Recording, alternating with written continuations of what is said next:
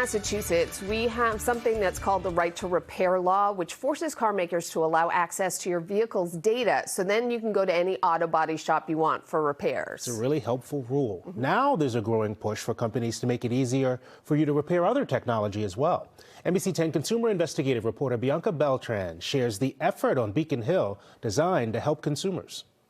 People are clearly becoming a little bit more aware of how sort of ridiculous it is, and they're paying attention to how much money it's costing them. If you've ever had to replace a smartphone or laptop, you know how expensive it can be to repair electronics. So many people end up buying a new device, a solution that not only can be harmful to the environment, but puts into question just how repairable our electronics are. Once you purchase this thing, you should be able to have the resources and the information that you need to keep it working. We can't keep treating these devices like they're throwaway objects, because they're just not. Stephanie Markowitz at MassPerg says Americans could save a combined $40 billion if they were able to repair instead of replace their items over the course of a year. This is a real issue for consumers who are trying to shop on a budget or just not dedicate so much of their budget to buying new phones and computers every couple years. In their latest Failing to Fix report, the largest tech companies lead the pack in smartphone repairability, a change MassPerg says was largely driven by consumer demand and legislative advocacy for the right to repair. Apple really took this huge leap forward where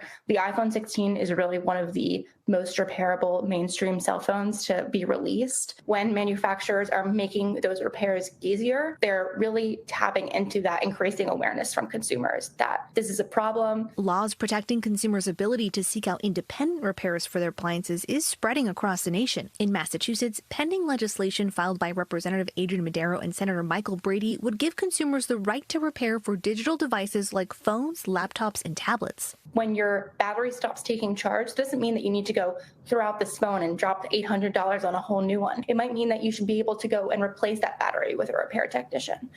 Yeah, these electronics are expensive, and this type of legislation could help make those purchases last longer. Now, right now, that bill is making its way through the legislature on Beacon Hill. Only 4 states have passed a right to repair law covering electronic devices. In the studio, I'm Bianca Beltran, NBC 10 Boston.